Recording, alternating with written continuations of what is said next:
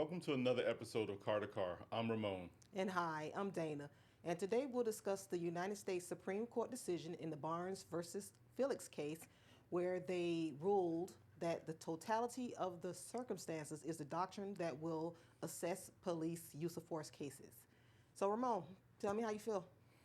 Well, you know, as police officers, we have a enormous job to do, and it's normally split-second decisions that we have to make. And I believe that a lot of leeway has to come with that, but I also believe that there's a lot of responsibility that comes with it. So we have to do our best job to make sure that what we see, the actions that we take, are first of all in line with Department of Policy, because the majority of the time Department of Policy completely lines up with state statute and it lines up with the Constitution. So we have to make sure that we're doing our job to the best of our ability. And I believe that we should be given, an opportunity, but the totality of the incident, I think is better than the split second decision of whatever happens in that moment, because things change moment to moment. And so, I just believe that we have to be careful with how these things shake out, and just do our best job to make sure that we stay within training, within the guidelines of Department of Policy, state statute, and ultimately the Constitution.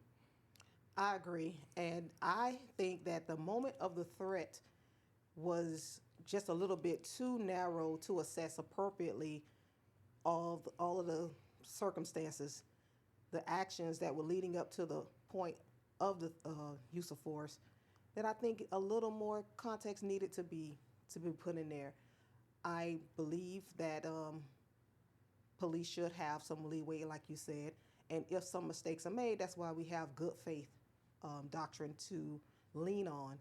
But sometimes in the moment of the threat doctrine, some things can be dismissed that need to be addressed.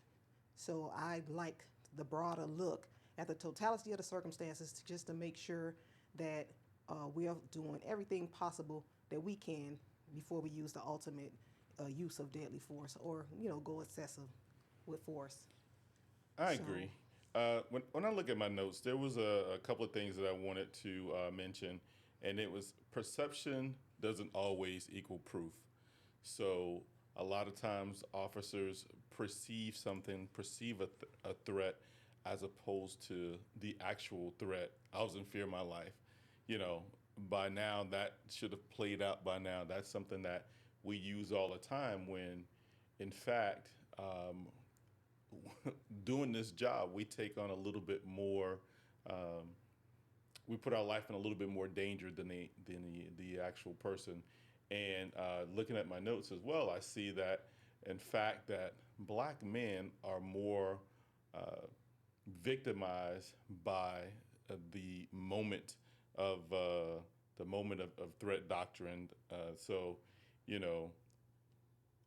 there has to be something that we lean on as police officers, and I have to go back to it has to be training, it has to be policy, it has to be, us going through these scenarios and training at work for us to feel some level of comfort to be able to do our job and not just see the threat and act, on emotion. We have to take our emotion out of these situations, and we have to lean on what the actual threat is and in that moment, because, if I'm chasing a car, I'm upset with the person who's has me chasing a car, who may have run over someone, who may have shot at someone, who may have done all these things leading up to when they bail out of the car and just lay down and give up with their hands up. I have to be able to react with what I'm seeing right then at the moment, as opposed to all of the negative things that have happened. And so you see a lot of times that police have a hard time of stopping and just dealing with what's presented right then, as opposed to he just hit somebody, he shot at somebody, he shot at me, and so we have to deal with what we see there um, and control our emotions. For sure. And remember, the totality of the threat doctrine is almost a Monday morning quarterback type thing because you're coming after the fact and you're using that standard to assess: is this justified? Is it not justified? And sometimes if you narrowly look at just the moment of the threat, literally 99% of the shootings could be justified because you could say at this moment I was in fear for my life. But when you step out and you broaden the view, then you can see that there may be some things where you could have de-escalated here, or you missed an opportunity to do another tactic as opposed to, i.e., a taser or some other tactic as opposed to deadly force. No, I completely agree with you. I'm just saying that when I talk about that moment of when we are confronting the person, we have to take what we're given at that moment. If they have a gun, we deal with the gun. If they have nothing in their hands, we deal with that. But, and we do, I think, have to look at everything. But I'm just saying that our actions have to be aligned with what is actually the threat is actually we perceive the threat at that moment, and not just everything that happened in hindsight. So that's my only point. We'll leave it at that. And thank you. This is another episode of Carr2Carr Podcast. Please be sure to like, share, and subscribe. And until next time, thanks.